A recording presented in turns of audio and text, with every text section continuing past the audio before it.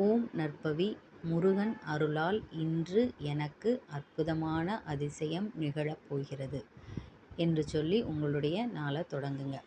வீடியோக்குள்ளே போகிறதுக்கு முன்னாடி நம்மளோட சேனலை முதல் முறையாக பார்க்குறதா இருந்தால் கண்டிப்பாக சப்ஸ்கிரைப் பண்ணிக்கோங்க. வீடியோ முடிவில் வீடியோ உங்களுக்கு பிடிச்சிருந்தது அப்படின்னா ஓம் முருகா போற்றி அப்படின்னு டைப் பண்ணுங்கள்.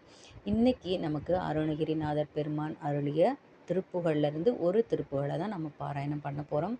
இந்த திருப்புகளை நாம் தினமும் பாட பாட நம்ம மனதிலுள்ள பயம் விலகும், மனம் அமைதி பெறும். ஓகே, இப்போ இந்த திருப்புகளை நம்ம பாராயணம் பண்ணலாம்.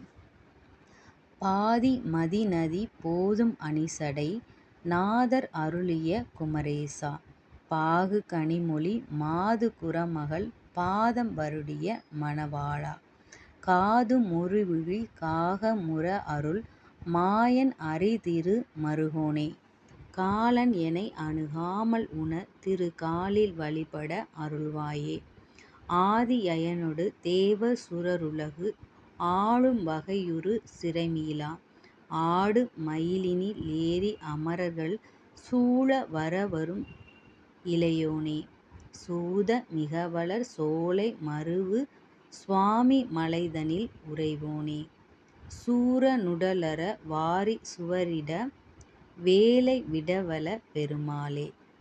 இப்போ இதனோட விளக்கத்தை பார்க்கலாம். நான் நிறைய வீடியோக்குள்ளே சொல்லியிருக்கேன்.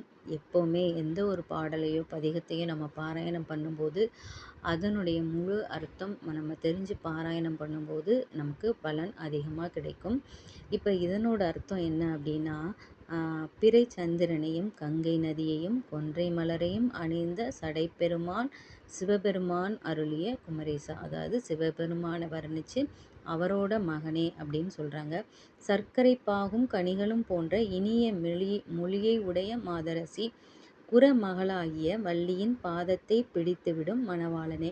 இதில் பார்த்தீங்களா, வள்ளியை தான் அருணகிரிநாதர் சொல்லியிருக்காங்க. அதில் என்னென்னா, குறமகளாகிய வள்ளியின் பாதத்தை பிடித்துவிடும் மணவாளனே.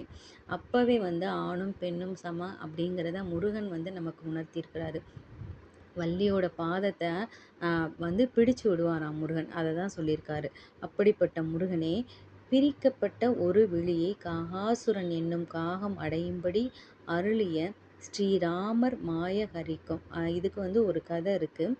என்னென்னா, ராமர் அந்த டைமில் காகாசுரனோட அதோட சாபத்தை நீக்கிறதுக்காக ஒரு விழியை மட்டும் கொடுத்ததா ஒரு கதை இருக்குது. அப்படிப்பட்ட ராமருக்கும் ஹரிக்கும் லக்ஷ்மிக்கும் மருமகனே, யமன் என்னை அணுகாத வகைக்கு உன் இரு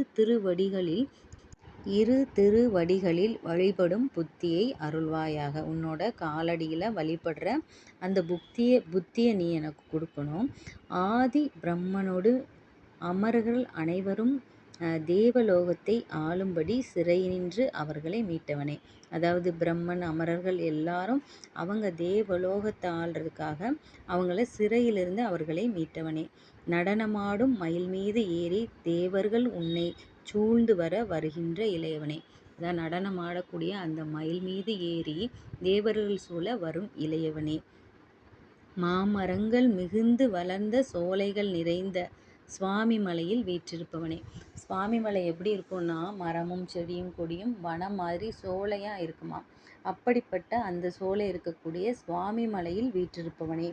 சூரனின் உடல் வீழ கடல் வற்றி போக வேலினை செலுத்த வல்ல பெருமாளே. அதாவது அவர் முருகன் அவர் வேல் சூரனுடைய உடலையும் விழ வைக்கும், கடலையும் வற்றி போக வைக்கும், இத்தகைய பெருமை மிக செயல்களை செய்யக்கூடிய வேலை கொண்டவனே அப்படின்னு அருணகிரிநாதர் புகழ்ந்து முருகனை சொல்கிறாரு.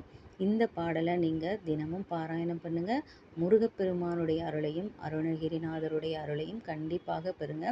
ஒவ்வொரு திருப்புகளையும் பாடுறதுக்கு முன்னாடியும் நமக்கு குருவோட அனுகிரகம் கண்டிப்பாக இருக்கணும். முதல்ல அருணகிரிநாதரை மனசார வேண்டி முருகப்பெருமானையும் வேண்டி இந்த திருப்புகளை தினமும் பாராயணம் பண்ணுங்கள். உங்களுக்கு இந்த வீடியோ கண்டிப்பாக யூஸ்ஃபுல்லாக இருக்கும் அப்படின்னு நினைக்கிறேன். கண்டிப்பாக வீடியோ பிடிச்சிருந்துன்னா கமெண்ட்டில் ஓம் முருகா போற்றி அப்படின்னு டைப் பண்ணுங்கள். அடுத்த பயனுள்ள வீடியோவில் பார்க்கலாம்.